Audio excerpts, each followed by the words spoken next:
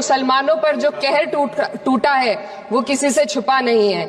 ये लोग सिर्फ अपने मजहबी पहचान की वजह से निशाने पर हैं। संविधान का अनुच्छेद 15 कहता है कि किसी भी नागरिक के साथ धर्म, जाति या किसी और वजह से भेदभाव नहीं होना चाहिए, लेकिन हकीकत इसके उलट है। हालात इस कदर बिगड़ चुके हैं कि hate speech, mob lynching, bulldozer द्वारा घरों को गिराने की घटनाएं आम हो गई हैं, खास तौर पर उत्तर प्रदेश में, जहां ऐसा लगता है जैसे कानून के नाम पर जंगल राज चल रहा हो। संभल में जो हुआ वो सबके सामने है।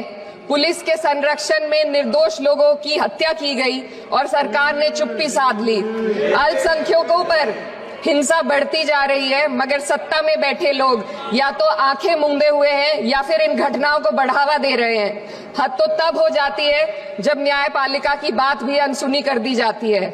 सुप्रीम कोर्ट ने मॉब लिंचिंग पर 11 सूत्रीय निर्देश जारी किए थे।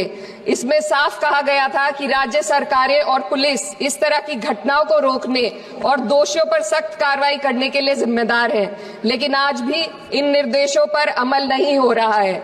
हाल ये है कि मॉब लिंचिंग को रोकने की बजाय सत्ता में बैठे लोग आग में घी डालने का काम कर रहे हैं। उनकी जुबान से ऐसी बातें निकलती हैं जो नफरत को और बढ़ावा देती है। ये अशांति अब इतनी गहराई तक फैल चुकी है कि हमारे समाज के धर्मनिरपेक्ष चरित्र पर गंभीर सवाल उठ रहे हैं। साल की शुरुआत में ही कई राज्यों में दुकानदारों को अपने नाम बोर्ड पर लगाने के लिए मजबूर किया गया। इसे सेहत और सुरक्षा के कानूनों का हिस्सा बताया गया, मगर असल मंशा कुछ और थी। ये कदम खास तौर पर मुसलमान दुकानदारों को निशाना बनाकर उठाया गया ताकि उनकी रोजी रोटी पर चोट की जाए।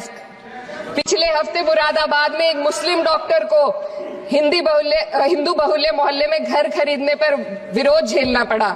वजह बताई गई कि इससे मोहल्ले की सामाजिक शांति बिगड़ जाएगी। अब आप ही बताइए, क्या ये वजह सही है, जायज है? असल में ये छोटी बड़ी घटना इस बात का सबूत है कि सांप्रदायिकता को बढ़ावा देने वाले बयान और नीतियां हमारे समाज को अंदर से खोखला कर रही है। उत्तर प्रदेश में यति नरसिंहानंद ने बेहद घटिया बयान दिया, लेकिन सरकार इन बयानों पर कोई कार्रवाई नहीं कर रही। हेट स्पीच न केवल जनमानस के विचारों को प्रदूषित करती है, बल्कि इससे अब संवैधानिक पदों पर बैठे लोगों को भी प्रभावित कर दिया है। अभी हाल ही में माननीय उच्च न्यायालय इलाहाबाद के माननीय न्यायाधीश ने ऐसे बयान दिए जिसका संज्ञान खुद सुप्रीम कोर्ट को लेना पड़ा। संविधान के अनुच्छेद 29 और 30 ने अल्पसंख्यकों को उनके मजहबी और सांस्कृतिक हक दिए हैं ताकि वो अपनी पहचान को बचा सके और अपने संस्थान चला सके, लेकिन आज उन्हीं हकों पर हर तरफ से चोट की जा रही है। वक्फ जैसे बिल लाकर उनके धार्मिक अधिकारों को छीनने की कोशिश की जा रही है। आज अल्पसंख्यक समुदाय को संविधान द्वारा दिए गए अपने बुनियादी अधिकार पाने के लिए लंबी लड़ाई लड़नी पड़ रही है। ऐसे कई मामले अदालत ने न्याय देकर संविधान की रक्षा की है, लेकिन अदालती प्रक्रिया में जो समय लगता है उसकी वजह से देश के सामाजिक ताने बाने को भारी नुकसान उठाना पड़ता है। मिसाल के तौर पर इलाहाबाद हाई कोर्ट ने 2004 के मदरसा एक्ट को रद्द कर दिया था, जिससे मदरसों के संचालन पर सवाल उठे। हालांकि सुप्रीम कोर्ट ने बाद में इस फैसले को पलट दिया और एक्ट को वैध करार दिया, लेकिन इस प्रक्रिया में जो समय लगा उसने अल्पसंख्यकों को बेचैनी और संघर्ष के दौर में डाला है। इसी कड़ी में प्लेसेस ऑफ वर्शिप एक्ट 91 भी आता है और कई अन्य अधिकार, उन्हें भी इसी तरह अदालती लड़ाइयों में उलझाया जा रहा है। ये स्थिति न केवल अल्पसंख्यकों के अधिकारों की राह में रुकावट है, बल्कि justice delayed is justice denied जैसी कहावत को सिद्ध करती है।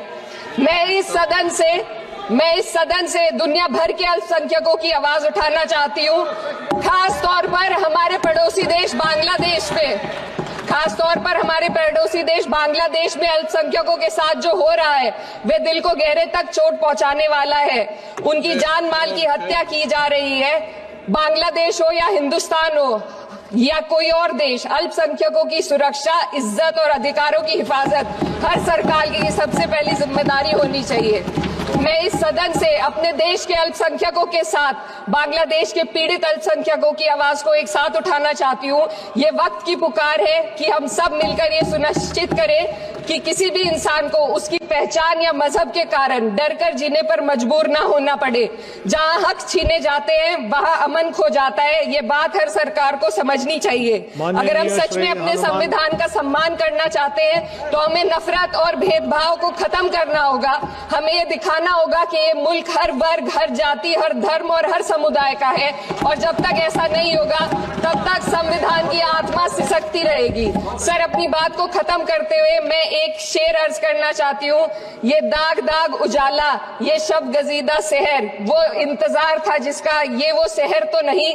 लेकिन अगर इस सदन में बैठे हम सभी सदस्य ये ठान ले कि हमें संविधान के मूल्यों को लागू करना है और उसे लागू करने का प्रयास करें, तो वह सुबह जरूर आएगी जिसके लिए लाखों भारतवासियों ने अपने जानों की कुर्बानी दी थी। श्री हनुमान बेनीवाल जी। धन्यवाद सभापति जी।